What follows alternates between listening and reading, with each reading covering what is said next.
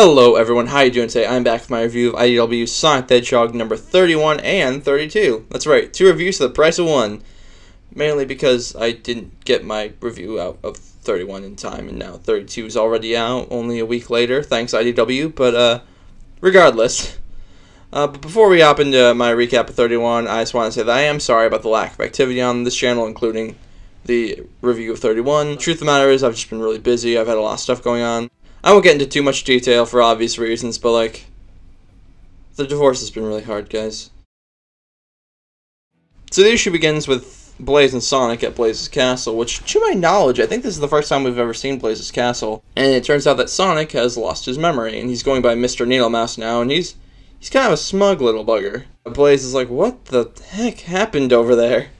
So we go over to Amy, and Amy's trying to get everything organized with the restoration, when Jewel shows up and is like, hey, I'm probably better at organizing than you are. You want some help? So Amy accepts and kind of transfers the stuff over to Jewel. Meanwhile, we cut over to Tails and Tangle, who are assisting Rough and Tumble from getting out of a hole. And there's a nice little scene where Tangle's like, so how are you doing with Sonic being gone? Tails is like, I'll handle it. You know, I know he's coming back. And then we cut over to Silver, who's back in his future. And I think this is the first time we've ever seen his future canonically when it's not destroyed. Because I remember in Colors we hear about it, and he's like, it's all good, but I guess it's not all good, because then in Forces he comes back, and then here he comes back.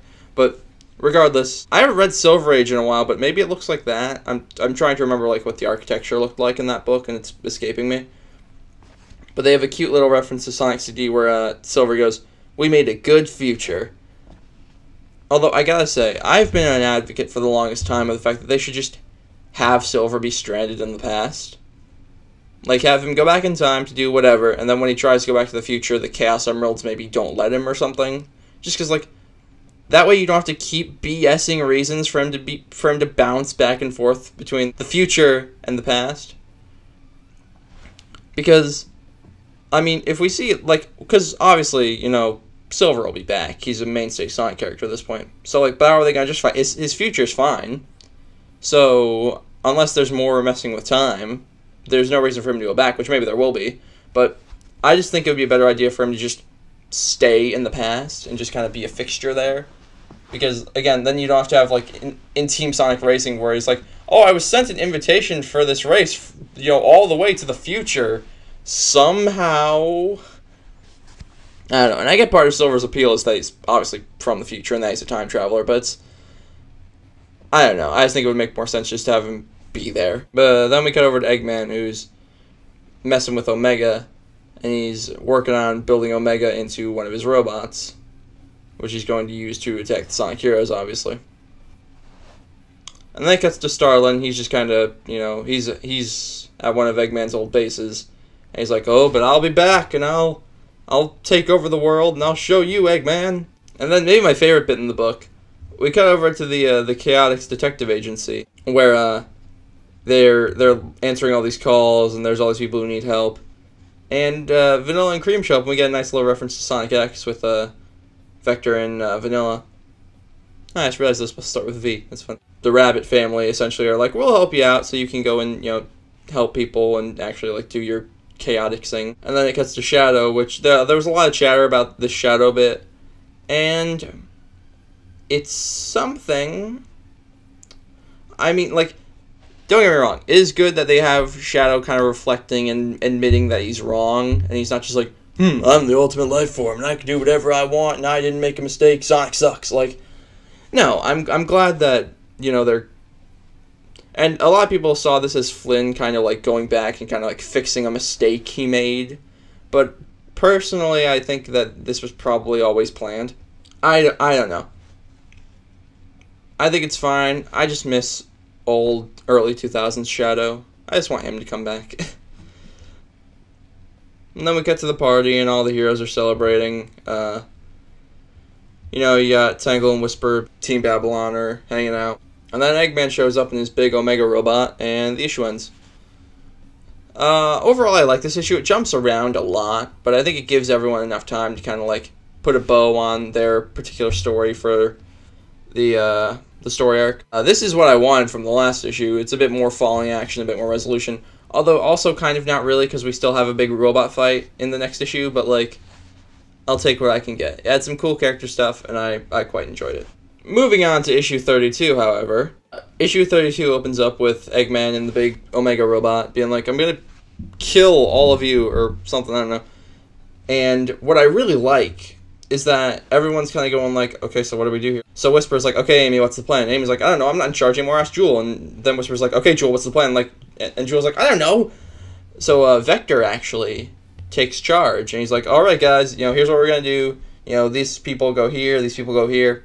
And it shows him as an actual competent leader, because Vector oftentimes is used for like comedy relief and, oh, isn't he funny, and he likes money, but here he's actually shown, again, like using skills that we know he has for the betterment of the team. Gemerald gets kind of taken by the robot. Meanwhile, Blaze uses the Soul Emeralds to try and restore Sonic's memory, and it looks cool. It's drawn very pretty. Coming back to the heroes, Tails does a thing to eject Gemerald from the robot, and Eggman just straight up tries to shoot him with a gun. It's pretty funny, I'm not gonna lie. But so eventually he just gets fed up, and he, is able to get Omega under control, because Omega was trying to fight him, and he starts fighting again. And so we cut back to Sonic and Blaze, and sure enough, Sonic's got his memory back. So Blaze sends him home. Although I gotta say, she goes, please give my best to Amy and Cream. And part of me was like, but not Silver? I'm going to choose to believe it's because she knows that Silver is probably back in the future, because he said he was going back to the future. I'm going to choose to believe that's why she didn't say Amy, Cream, and Silver. But anyway, so Sonic comes back in a really cool scene, and everyone's like, and he's like, okay, so what's up here? And Tails is like, the Omega thing is inside of Eggman. He's like, okay, cool. So he pulls Omega out of him, which, like, I feel like there are other people who could have done that. If the key was just hit him enough that Omega comes loose, I feel like that could have been accomplished by someone else. Although I guess Shadow is the only one who has basically Sonic's moveset, and he's not there. But regardless, Eggman. Here, one thing I didn't like is that after they defeat the robot, Sonic just lets Eggman leave.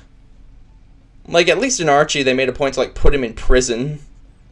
And I know that that's basically the thing in the games. Like, Eggman always gets away to fight another day. But, no. That's dumb. This is a comic book. This can have a bit more of his, realistic storytelling. And he almost destroyed the world. You can put him in prison. You could, like, he can escape. Villains always escape from... Sonic X had him go to prison, for Pete's sakes. Like, villains always escape from prison. Just put him in prison. But so, they have a nice moment where the heroes all have a big group hug, and they fix up the town. And the last page is really nice, because it's basically Sonic being like, well, that's the end of our first big story arc, but let's see what comes next. And then that ends. And overall, this was a fun issue. I definitely think I preferred 31 over this one, but it was good. I wish... Again, the issue is everyone else gets time to reflect except Sonic, and Sonic is the protagonist of the story. Like, honestly, I wouldn't have hated if the Mr. Needlemouse stuff stayed around a bit longer. Like, obviously you're not going to keep Sonic permanently without his memory, but it would have been nice to see him come back and like kind of have to relearn this stuff and kind of have to, be a younger hero again, be a less experienced person, because I think that could have led to some really interesting stuff, and I think that could have led to, some interesting dynamics. It could have led to some interesting interactions, maybe between him and Shadow, especially, because Shadow also lost his memory after sacrificing himself to save the world, so you could have had some cool stuff there, but now he just gets his memory back.